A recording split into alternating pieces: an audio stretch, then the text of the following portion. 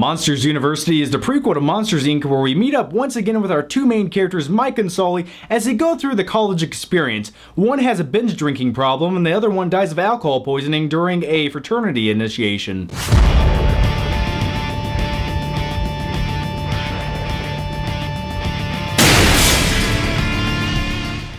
Okay, only half that's true. I'm gonna let you decide which half. Anyway, once again, we have Billy Crystal and John Goodman, aka Dan Connor. I just call him Dan Connor. Huge fan of Roseanne. Hey, Deej, get down here and help your mom with the dishes. I'm gonna go outside and work on the bike, Rosie. That's my Dan Connor impression.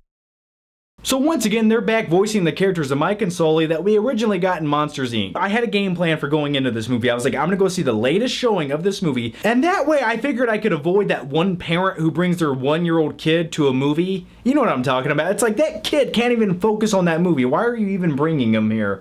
Anyway, so I went to the 10:30 showing of this movie tonight, and sure enough, 2 minutes into the movie, here come the parents, and they have their little 1-year-old kid.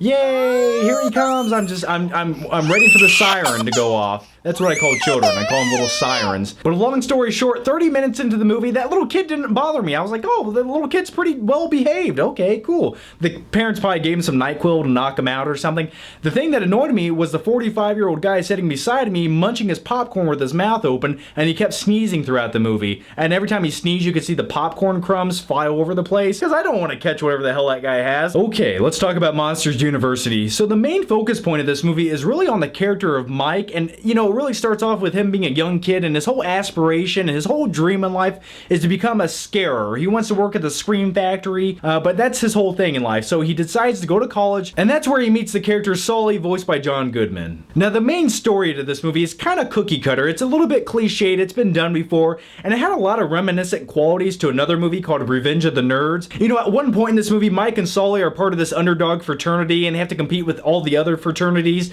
to prove who's the best, and they have to go through all these different competitions, and there's a lot riding on the line for the two main characters in the movie. Now, going into this movie, I kind of had the preconceived notion that this was a little bit unnecessary prequel sequel that we didn't really need, but you know what, halfway through the movie I was like, this is a pretty good movie. It has a lot of funny, emotional moments. And compared to the first movie, I thought this movie had a lot of story elements that were a little bit more relatable. Like, as a viewer, there's more things to grasp onto. It was a little bit more intriguing to me and a little bit more interesting. Now, as far as the comedy goes in this movie, I laughed a few times. You know, I chuckled a few other times, and a few other times I giggled. That's a little too much detail on the laughing process. There's some subtle comedy in this movie I think only adults would really comprehend. You know, kids might laugh at it because it's goofy or whatever. Now, as far as the characters go in this movie, you have Mike and Sully once again, you know, voiced by John Goodman, Billy Crystal, phenomenal voice actors, likable actors, so you're always rooting for them.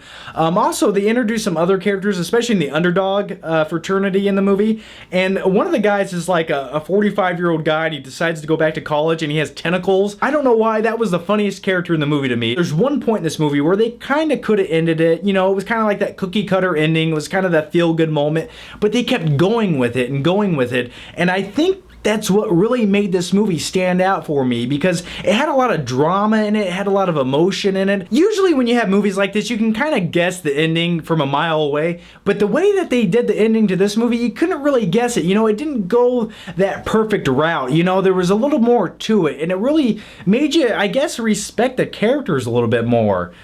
Yeah, that's weird. I respected a guy who looks like, you know, a little green olive with a big eyeball, and a guy who looks like cotton candy. So Monsters University, it definitely surprised me. It was a worthwhile sequel, and I think overall it's just a fun Pixar movie with great CGI, moments of comedy that kids and adults can appreciate. So I'm gonna give Pixar's Monsters University a B+. So guys, my name is John, this is the FlickPick channel, and if you haven't already, make sure you check out my last movie review where we talk about World War Z. Brad Pitt basically fights the zombie apocalypse. Thanks for watching, and I'll see you next time.